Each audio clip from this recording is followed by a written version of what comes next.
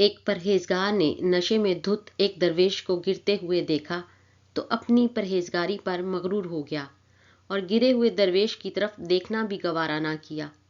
وہ مدہوش درویش سر اٹھا کر کہنے لگا، حضرت، اگر خدا نے تجھ پر انعام کیا ہے تو اس کا شکر ادا کر، ورنہ تکبر کرنے والوں کو محرومی کے سوا کچھ نہیں ملتا۔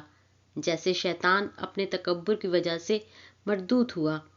کسی کو گرفتار دیکھ کر ہنسنا نہیں چاہیے، خدا نخواستہ کل کو تم خود بھی گرفتار ہو سکتے ہو، اور اے پرہیزگار، عین ممکن ہے کہ کل تو بھی میری طرح نشے میں بدمست ہو کر گر پڑے اور لوگ تجھے دیکھ کر ہنسیں۔